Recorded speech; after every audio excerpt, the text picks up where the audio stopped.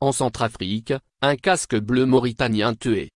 Ces milices ont pris pour cible une base temporaire de casques bleus à Tabara, près de la ville de Bambari, Sud, a annoncé le porte-parole de l'ONU, Stéphane Dujarric, évoquant plusieurs heures d'échange de tirs. Les casques bleus ont riposté et, après plusieurs heures d'échange de tirs, l'un d'eux a été tué et 11 autres ont été blessés, a-t-il précisé.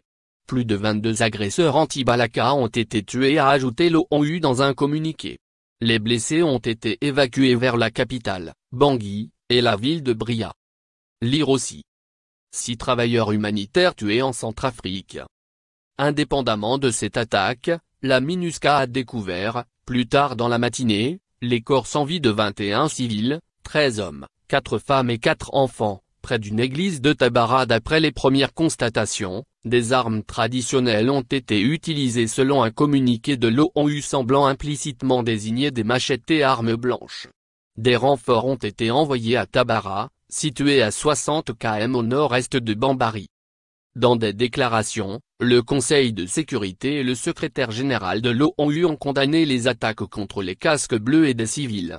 Les membres du Conseil de sécurité condamnent dans les termes les plus forts toutes les attaques, provocations et incitations à la violence contre la MINUSCA par des groupes armés et autres individus, indique un communiqué de la plus haute instance de l'ONU. Le secrétaire général des Nations Unies, Antonio Guterres, appelle les autorités de la République centrafricaine à enquêter sur ces attaques et à traduire en justice rapidement leurs auteurs, précise un autre communiqué de son service de presse. Lire aussi. Centrafrique, des forces de sécurité déployées dans le quartier musulman de Bangui. Lundi soir, des éléments de la base temporaire de la force de la MINUSCA à Tabara avaient été informés que l'UPC, l'Union pour la paix en Centrafrique, ex-Seleka, détenait 23 personnes dont 13 femmes, 7 hommes et 3 enfants, a aussi indiqué l'ONU. Ces personnes ont été récupérées par des casques bleus avant d'être hébergées sur leur base afin de garantir leur sécurité selon l'ONU. Rien ne pourrait justifier de tels actes qui peuvent être considérés comme des crimes de guerre, ont souligné les Nations Unies dans leur communiqué. Une enquête sera diligentée afin de ne laisser aucune place à l'impunité, a-t-on ajouté de même source. La Centrafrique est embourbée dans un conflit meurtrier depuis 2013.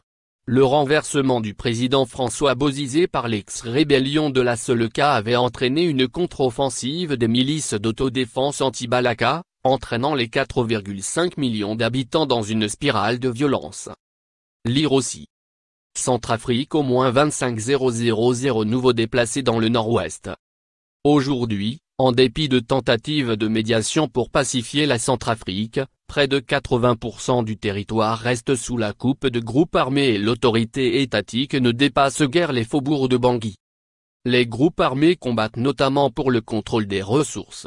L'intervention de la France, 2013-2016, et de la mission des Nations Unies, quelques 500 hommes depuis 2014, a permis, début 2016, l'élection d'un nouveau président, Faustin Archange Touadéra.